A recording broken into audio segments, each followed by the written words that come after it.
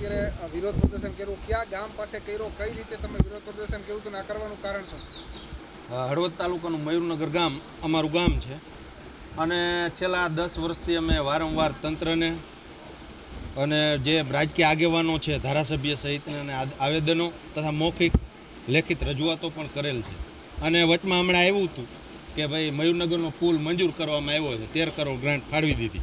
તો એ 3 પુલ મંજૂર થયા, દિઘડિયા, ટીકર અને મયુરનગર. તો એમાં ટીકર અને દિઘડિયાનો પુલ આવ્યો, અમારા ગામનો પુલ આવ્યો નહીં. હવે વસ્તુ એ છે કે દર વર્ષે જે લીપાપોતી કરી અને કાચો ડાયવર્ઝન જેવું પુલનું સમારકામ કરીને મૂકી દે છે. બ્રાહ્મણી નંબર 1 અને બ્રાહ્મણી 2 બંને ડેમ 100% સંપૂર્ણપણે ભરાયેલી છે. હવે આ વરસાદ હમણાં સતત 2-3 દિવસ ચાલુ રહે એટલે બ્રાહ્મણી 2 ડેમના પાટિયા ખોલવામાં આવશે. એ પાટિયા ખોલશે એટલે તરત એ પુલ સીધો તૂટી જવામાં આવશે. તૂટવાનું કારણ, તૂટવાથી શું નુકસાની થશે કે એ બાજુ ખેડૂતો છે એની ખેતી બગડશે.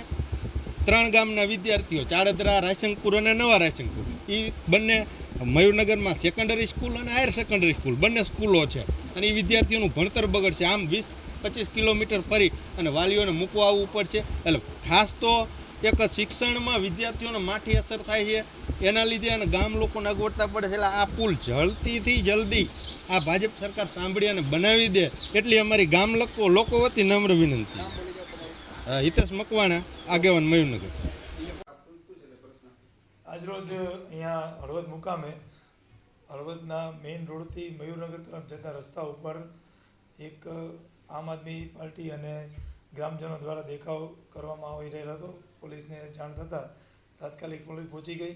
એ લોકોએ રામધૂન કરી અને રસ્તો રોકવાનો પ્રયત્ન કરેલો હતો.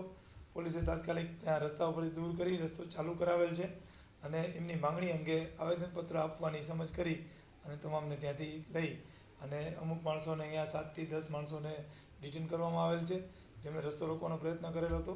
પણ આ પ્રકારે રસ્તો ન રોકે તે માટે પોલીસ દ્વારા તાત્કાલિક પહોંચી અને આગોતરી કાર્યવાહી કરવામાં આવેલ હતી.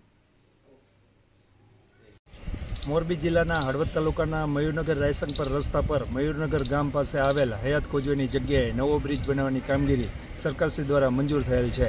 હાલમાં સરકારશ્રી દ્વારા નિમણૂક પામેલ કન્સલ્ટન્ટ દ્વારા બ્રિજના નકશા અંદાજો તથા જીએડીની કામગીરી પ્રગતિ હેઠળ છે.